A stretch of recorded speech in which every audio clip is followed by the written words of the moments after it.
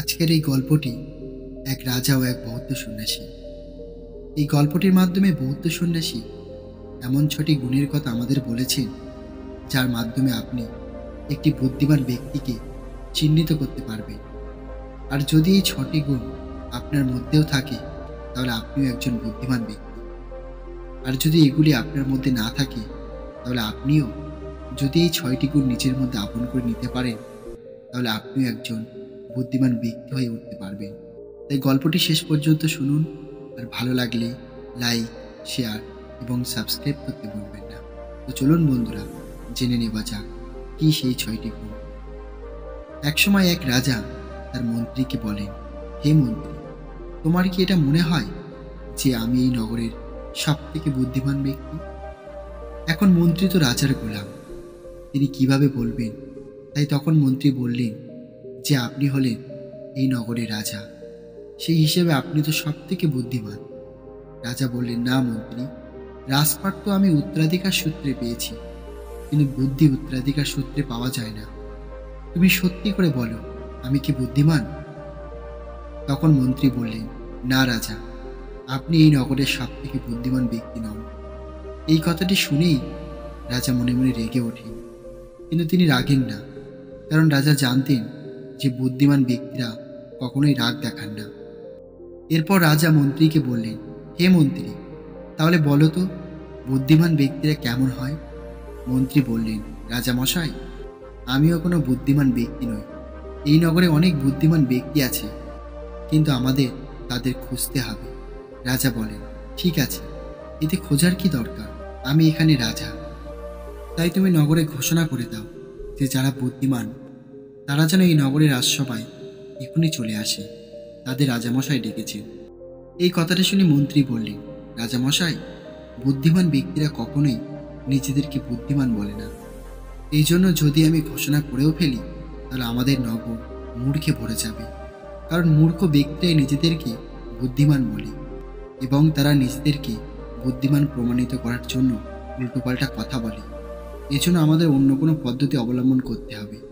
এরপরে মন্ত্রী সারা রাত ভাবতে থাকেন যে এমন কোন পদ্ধতি আপন করা উচিত যাতে করে বুদ্ধিমান ব্যক্তিরা রাজার কাছে চলে আসেন। অনেক ভাবনা চিন্তা করার পর পরের দিন মন্ত্রী রাজার কাছে যায় এবং বলে, রাজামশাই, এর জন্য আমার কাছে একটি খুব ভালো উপায় আছে। যদি আমরা এই পদ্ধতি অনুসরণ করি, তাহলে খুব সহজেই বুদ্ধিমান ব্যক্তিরা আমাদের কাছে চলে আসবে, আর আমরাও তাদের পেয়ে যাব। তখন রাজা বললেন, ঠিক আছে, বলো কি এমন পদ্ধতি? তখন মন্ত্রী বললেন যে আমরা সম্পূর্ণ নগরে এটি ঘোষণা করে দিচ্ছি যে আমাদের রাজা যেটা কখনো শোনেননি এমন কথা যদি কোনো ব্যক্তি বলতে পারেন, তাহলে আমরা তাকে 1000 স্বর্ণমুদ্রা দেব। এটা শোনার পর রাজা একটু অবাক হয়ে যান। রাজা বলেন, মন্ত্রী, তুমি কি চাও যে আমরা কাঙাল হয়ে যাই? এমন অনেক কথাই তো আছে যেটা আমি শুনিনি। আর যদি যে কোনো ব্যক্তি এসে আমাদের এমন কথা শুনিয়ে দেয় যেটা আমি জানি না, তাহলে আমাদের তাকে 1000 স্বর্ণমুদ্রা দিতে হবে। আর ওই ব্যক্তি বুদ্ধিমান কিভাবে হতে পারে? তখন মন্ত্রী বললেন, কোনো অসুবিধা নেই রাজামশাই, এরও একটা পদ্ধতি আছে। আমাদের যদি কেউ নতুন কথা বলেন, তাহলে তাকে আমরা এটা বলে দেব যে এই কথাটা তো আমরা শুনেছি। আর যদি আমরা তাকে এটা বলে ফেলি, তাহলে আমাদের তাকে 1000 স্বর্ণমুদ্রা দিতে হবে না। কিন্তু যিনি বুদ্ধিমান ব্যক্তি হবেন, তিনি নতুন কোনো কথা বলবেন না। এর বদলে ওই ব্যক্তি এই 1000 স্বর্ণমুদ্রা পাওয়ার জন্য এমন কোনো পদ্ধতি অবলম্বন করবেন না যেটা আমাদের কাছে আর কোনো রাস্তাই থাকবে না। আর আমাদের তাকে ওই 1000 স্বর্ণমুদ্রা দিতেই হবে। যদি এমন কোনো ব্যক্তি আমাদের সামনে আসে, তাহলে আমরা তাকে ধরে ফেলব, কারণ ওই ব্যক্তি হবেন বুদ্ধিমান। এরপর ওই রাজা সম্পূর্ণ রাজ্যে ঘোষণা করিয়ে ফেলেন। এখন অনেক মানুষ আসতে শুরু করে। প্রত্যেকটি কথার উত্তরে রাজা এটাই বলতেন যে, আরে ভাই, আমি তো এই কথাটি শুনেছি। অন্য রাজ্যের থেকেও লোকেরা আসতে শুরু করে, কারণ 1000 স্বর্ণমুদ্রার লোভে অনেক লোকেরা আলাদা আলাদা কথা বলতে শুরু করে। কোনো ব্যক্তি অনেক পুরনো কথা বলতে শুরু করে, তো আবার কোনো ব্যক্তি অনেক দূরের কথা বলতে শুরু করে। কিন্তু প্রত্যেকটি কথাকে শুনে রাজা এটাই বলতেন যে এই কথাটি তো আমি আগেও শুনেছি, এই কথাটি তো আমি আমার পিতার কাছে শুনেছি। এমন করতে করতে অনেক মানুষ আসে। আর প্রত্যেকটি মানুষকে রাজা এটাই বলতেন যে আমি তো এই কথাটি শুনেছি। কিছুদিন পর এক বৌদ্ধ সন্ন্যাসী রাজার কাছে আসে এবং তিনি বলেন, হে রাজা, আপনি কি এখানে কোনো নতুন কথা বললে 1000 স্বর্ণমুদ্রা দেবেন বলেছেন? রাজা বলেন, হ্যাঁ, কিন্তু যেটা আমি কখনোই শুনিনি এমন কোনো কথা যদি কেউ বলে তবেই তাকে আমি 1000 স্বর্ণমুদ্রা দেব।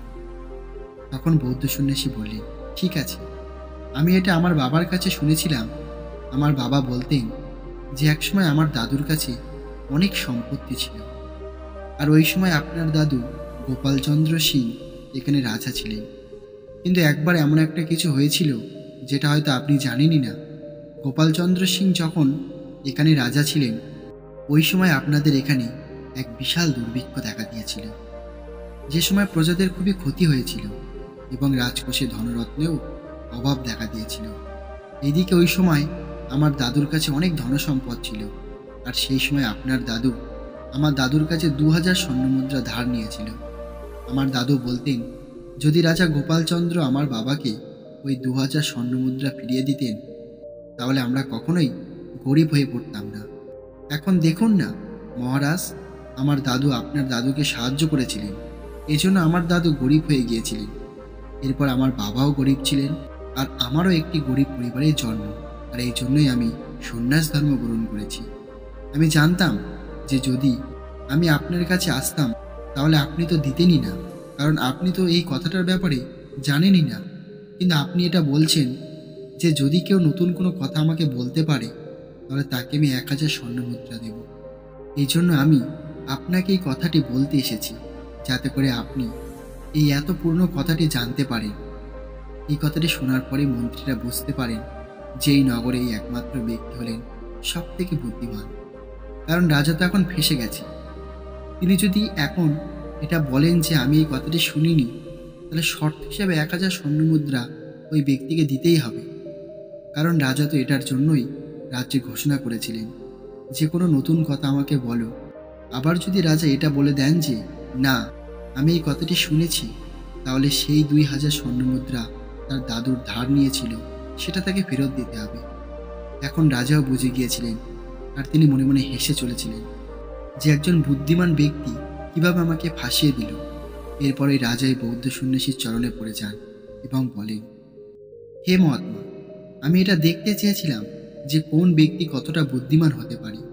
আমার এবং মন্ত্রীর মধ্যে একটা শর্ত হয় যে আমাদের রাজ্যে আমার থেকেও কোনো বুদ্ধিমান ব্যক্তি আছে কিনা, আর আমরা ওই বুদ্ধিমান ব্যক্তিকে ধরতে চেয়েছিলাম।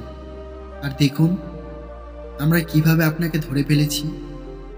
এরপর ওই সমস্ত কথাই বৌদ্ধ সন্ন্যাসী বুঝতে পারেন। তারপর বলেন, হে রাজা, আমি তো শুধুমাত্র এই হুড়োহুড়িকে শেষ করতে চেয়েছিলাম। আমি যখন জানতে পারলাম যে আপনি মোহর বিলি করছেন, তখন সম্পূর্ণ নগরে একটা হুড়োহুড়ি লেগে পড়ে। সবাই নিজের কাজকর্ম ছেড়ে এর মধ্যে লেগে পড়ে। এখন দেখুন তো এইভাবে কতদিন চলবে। যদি তারা নিজেদের কাজকর্ম ছেড়ে এই কাজে লেগে থাকে তাহলে আমাদের রাজ্যের কি অবস্থা হবে। আমি তো শুধুমাত্র এই ব্যাপারটিকে শেষ করতে চেয়েছিলাম, এই জন্য আমি এই পদ্ধতি অবলম্বন করেছি। এরপরে রাজা বলেন, হে মহাত্মা, কিন্তু একজন বুদ্ধিমান ব্যক্তি কেমন হয়, তার মধ্যে কি এমন গুণ থাকে যেগুলো তাকে বুদ্ধিমান ব্যক্তি করে তোলে? এরপরে বৌদ্ধ সন্ন্যাসী বলেন যে এমনিতে তো বুদ্ধিমান ব্যক্তিকে চিহ্নিত করা খুবই কঠিন, কারণ বুদ্ধিমান এবং মূর্খ ব্যক্তিকে দেখতে একই রকম মনে হয়, কিন্তু এই দুজনের মধ্যে অনেক পার্থক্য থাকে। তাই আজ আমি আপনাকে এমন 6টি গুণের কথা বলবো যার মাধ্যমে আপনি একটি বুদ্ধিমান ব্যক্তিকে চিহ্নিত করতে পারবেন। আর যদি এই 6টি গুণ আপনার মধ্যেও থাকে তাহলে আপনিও একজন বুদ্ধিমান ব্যক্তি, আর যদি এগুলো আপনার মধ্যে না থাকে তাহলে আপনিও এই 6টি গুণ নিজের মধ্যে আপন করে একজন বুদ্ধিমান ব্যক্তি হয়ে উঠতে পারবেন। এরপরে বৌদ্ধ সন্ন্যাসী বললেন, প্রথম গুণটি হলো বুদ্ধিমান ব্যক্তিরা কখনোই কাউকে কোনো অভিযোগ করে না। তারা বোঝে যে মানুষ একটি ভুলের পুতুল, এই জন্য তারা যে কোনো ভুলকে ক্ষমা করে দেয়। যদি বুদ্ধিমান ব্যক্তির সামনে কেউ ভুল করেও ফেলে তাহলে তারা তাকে শুধুমাত্র বোঝায়, তার উপর কখনোই রাগ দেখায় না, কারণ তারা জানে যে ভুল মানুষের দ্বারাই হয়ে থাকে। আর বুদ্ধিমান ব্যক্তিরা নিজের ভুল থেকে শিক্ষা নেয়। যদি তারা ভুল করেও ফেলে তাহলে তারা জানে যে আমি একবারই ভুল করব, দ্বিতীয়বার করব না। কথায় আছে না, মানুষ একবার ভুল করে, আর ওই ভুলটাকে যদি কেউ বারবার করে তাহলে সে মানুষ নয়, সে হলো মূর্খ। তাই বুদ্ধিমান ব্যক্তি যদি ভুল করেও ফেলে তাহলে একবারই করে, আর ওই ভুল থেকে অনেক কিছু শিখে ফেলে। বুদ্ধিমান ব্যক্তিদের দ্বিতীয় গুণটি হলো, বুদ্ধিমান ব্যক্তি যে কোনো কাজকে সময় অনুসারে করে, ফালতু সময়কেও তারা ব্যবহারের উপযুক্ত করে তোলে। আর এর জন্য তারা সবথেকে গুরুত্বপূর্ণ কাজকে সবথেকে প্রথমে করে। বুদ্ধিমান লোকেরা সময়কে ধন সম্পদের থেকেও অধিক গুরুত্ব দেয়, কারণ তারা এই ব্যাপারটি ভালোভাবে বোঝে যে সময়ই একমাত্র সেই জিনিস যেটা একটা নির্দিষ্ট মাত্রায় আছে, সেটাকে কখনোই কোনোভাবে বাড়ানো অসম্ভব। এজন্য তারা প্রত্যেকটি কাজের সূচি তৈরি করে এবং সেগুলিকে সঠিক সময়ে সম্পন্ন করার চেষ্টা করে। বুদ্ধিমান লোকেরা কখনোই অলসতা করে না, তারা অলসতাকে নিজেদের সবথেকে বড় শত্রু বলে মনে করে। তারা নিজেদেরকে এই অভ্যাসের শিকার কখনোই হতে দেয় না।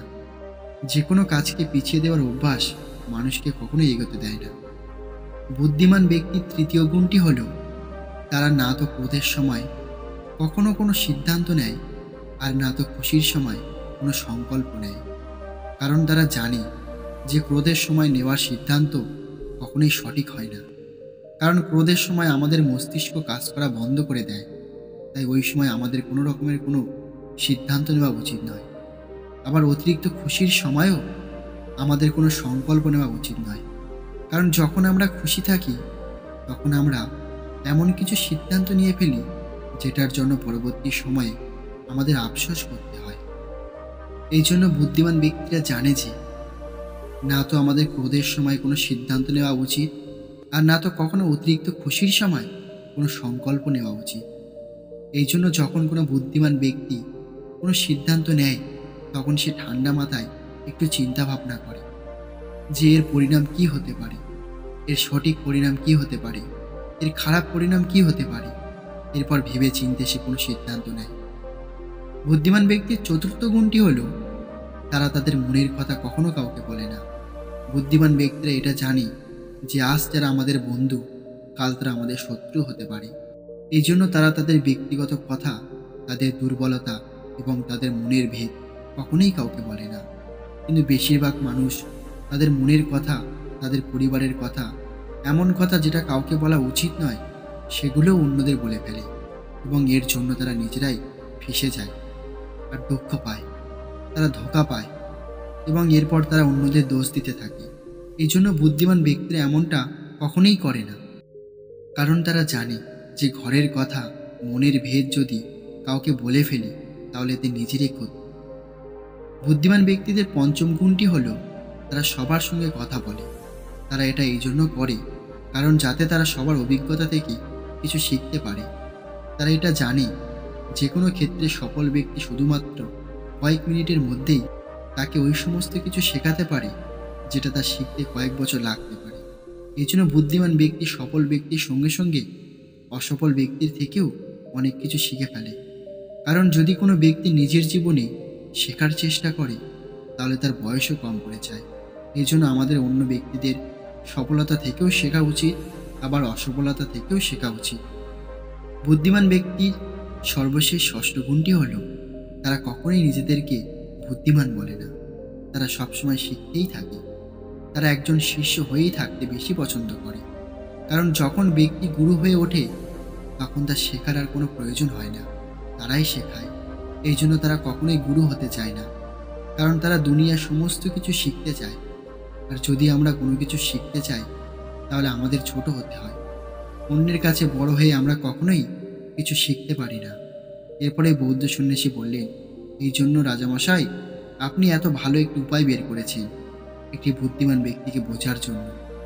যদি আপনি সোজাসুজি এটা বলতেন যে যারা বুদ্ধিমান তারা আমার রাজ্যে চলে আসুন, তাহলে অনেক মূর্খ লোকেরা চলে আসতেন, বুদ্ধিমানেরা কখনোই আসতেন না, কারণ তারা নিজেদেরকে কখনোই বুদ্ধিমান বলে মানেনি না।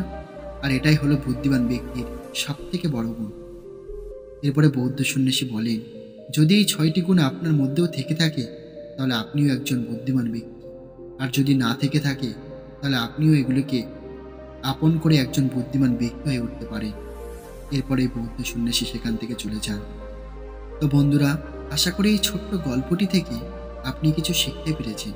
আর আপনি যেটুকুই শিখেছেন তা কমেন্ট করে অবশ্যই আমাদের জানাবেন।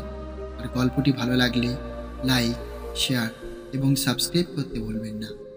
আর গল্পটি শেষ পর্যন্ত শোনার জন্য আপনাদের অসংখ্য ধন্যবাদ জানাই।